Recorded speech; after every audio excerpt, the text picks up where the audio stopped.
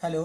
कक्षा 10 त्रिभुज अध्याय के अंतर्गत अब आपको हम क्या है थेस प्रमेय या आधारभूत आनुपातिक प्रमेय सिद्ध करना सिखाएंगे। और ये प्रमेय बहुत परीक्षा बोर्ड परीक्षा के लिए बहुत ही इम्पोर्टेंट है। बहुत बार ये परीक्षा में पूछा जाता है कि प्रमेय है किसी त्रिभुज की एक भुजा के समांतर खींची गई रेखा, ठीक है, किसी त्रिभुज में एक भुजा के समांतर खींची गई रेखा उसकी अन्य दो भुजाओं को जिन दो बिंदुओं पर काटती है वे बिंदु उन भुजाओं को समान अनुपात में विभाजित करते हैं। जैसे ये त्रिभुज है और इस त्रिभुज के कोई भी है, जैसे बी सी है, ए बी सी त्रिभुज है, इसमें क्या है किसी दो भुजाओं के, देखो ये समांतर, अगर हम इसके समांतर खींचे गए तो ये डी और ये ई बिंदु आया था, ठीक है।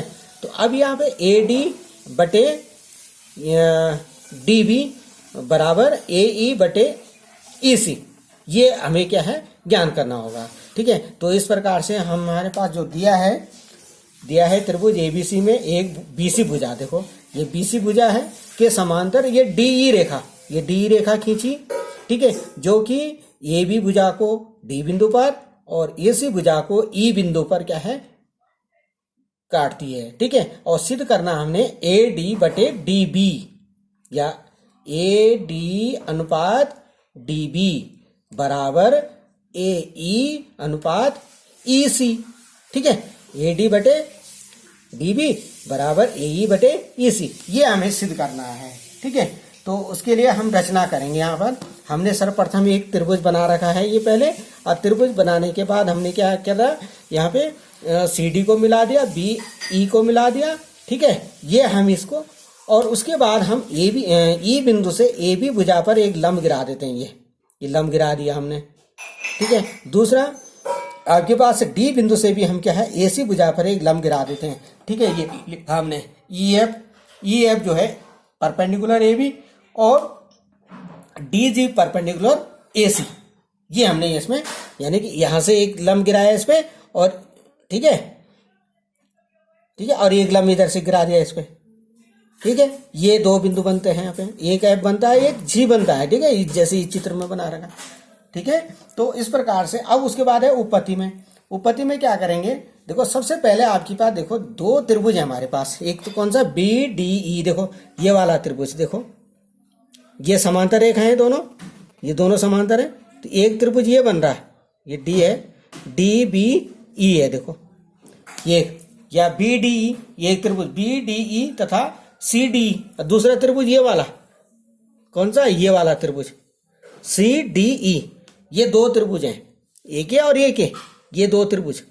तो ये दोनों त्रिभुज क्या हैं, एक ही आधार, ये देखो आधार कौन सी है, डी आधार पर, और दो समांतर रेखाओं के बीच जो भी क्षेत्रफल होता है, ठीक है, एक ही आधार डी पर समांतर रेखाओं डी तथा बीच के स्थित जो त्रिभुज हैं उनके जो क्षेत्रफल होते हैं वो आपस में बराबर होंगे। कौन से, बी डी ई का क्षेत्रफल बराबर त्रिभुज सी डी ई का क्षेत्रफल, यानी कि ये वाला त्रिभुज बी डी ई का क्षेत्रफल बराबर त्रिभुज सी डी ई का क्षेत्रफल। ये पहली आपके पास एक इक्वेशन आ जाएगी, ठीक है। और जब हमने क्या है कि हमने ई एफ जो है ए डी ई में, ये देखो एक त्रिभुज हमारे पास ये वाला, इस त्रिभुज में आप देखेंगे ये वाला जो त्रिभुज है, कौन सा त्रिभुज, ए डी ई त्रिभुज है, और यहां पर इसमें क्या है लंब डाला गया है, देखो ये एफ है ई से, ठीक है, ये लंब डाला गया। तो इस त्रिभुज का जो क्षेत्रफल होगा वो क्या होगा, इस त्रिभुज का जो क्षेत्रफल होगा, ये आधार है, आधार ए डी है, तो 1/2 कौन सा त्रिभुज ए डी का क्षेत्रफल, देखो यहां लिखा त्रिभुज ए डी का क्षेत्रफल बराबर 1/2 आधार हो गया ए डी इंटू ऊंचाई यानी कि लंब ई एफ, ठीक है। तो यहां लिख सकते हैं 1/2 A D into E F, तथा इसी प्रकार से त्रिभुज दूसरा जो त्रिभुज हमारे पास है, दूसरा हमारे पास त्रिभुज कौन सा हो रहा है, बी डी ई में ये वाला त्रिभुज, ये वाला बी डी आधार हो गया और ये इसका क्या है लंब हो जाएगा ये, तो यहाँ से बी डी का क्षेत्रफल 1/2, आधार हो गई बी डी और लंब इसमें ई एफ। ठीक है, अब इन दोनों का अनुपात निकालेंगे। त्रिभुज ए डी का क्षेत्रफल बटे त्रिभुज बी डी का क्षेत्रफल बराबर होगा 1/2 A D into E F अब बटे 1/2 B D into E F बराबर यहाँ से ए डी है, ये आपके पास क्या हो जाएगा, ये कैंसिल हो जाएगा, ई एफ कैंसिल हो जाएगा, तो ए डी बटे बी डी आ जाएगा। तो ये आपके पास एक दूसरी इक्वेशन बन जाएगी। ठीक, जब आपके पास डी जी जो है ए सी के लंब है।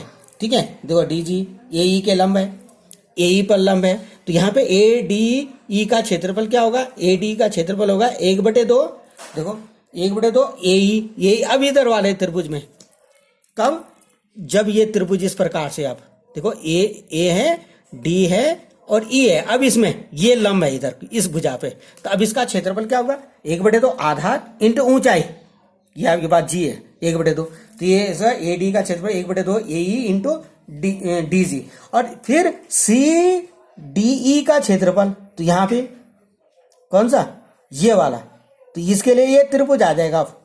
कौन सा त्रिभुज आ जाएगा, ये वाला त्रिभुज, ये आपके पास है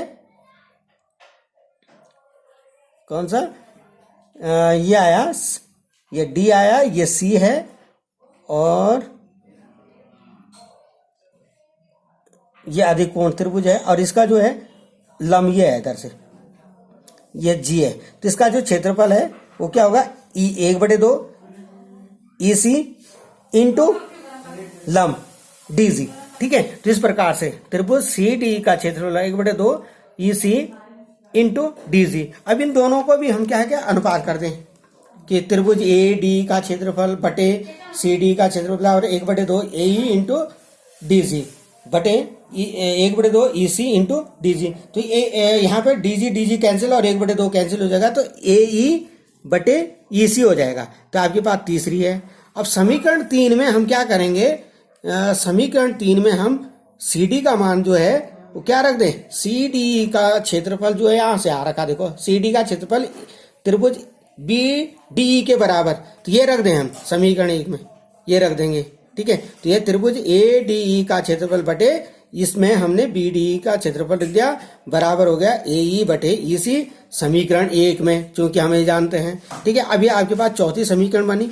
अब ये और तीसरी समीकरण देखो, तीसरी और चौथी नहीं, दूसरी और चौथी में, समीकरण 2 और समीकरण 4 में देखो बाएं पक्ष इनके बराबर, ए डी का क्षेत्रफल बटे बी डी का क्षेत्रफल, यहाँ भी ए डी का क्षेत्रफल बटे बी डी का क्षेत्रफल, और दाएं पक्ष यानी ए डी बटे बी डी। तो जब इनके बाएं पक्ष बराबर हैं तो इनके क्या, इनके दाएं पक्ष भी क्या हो जाएंगे, बराबर हो जाएंगे। तो ए डी बटे बी डी बराबर हो जाएगा ए ई बटे ई सी। ठीक है, अब ए डी बटे बी डी अनुपात ए डी अनुपात बी डी बराबर ए ई अनुपात ई सी, यही हमको क्या करना था, इसमें सिद्ध करना था। तो इस प्रकार से ये है आपके पास थेल्स प्रमेय, बहुत ही इंपॉर्टेंट प्रमेय है। तो प्लीज आप इसको याद कर लेंगे, समझ लेंगे और कई बार इसको अपनी कॉपी में लिखेंगे। ओके।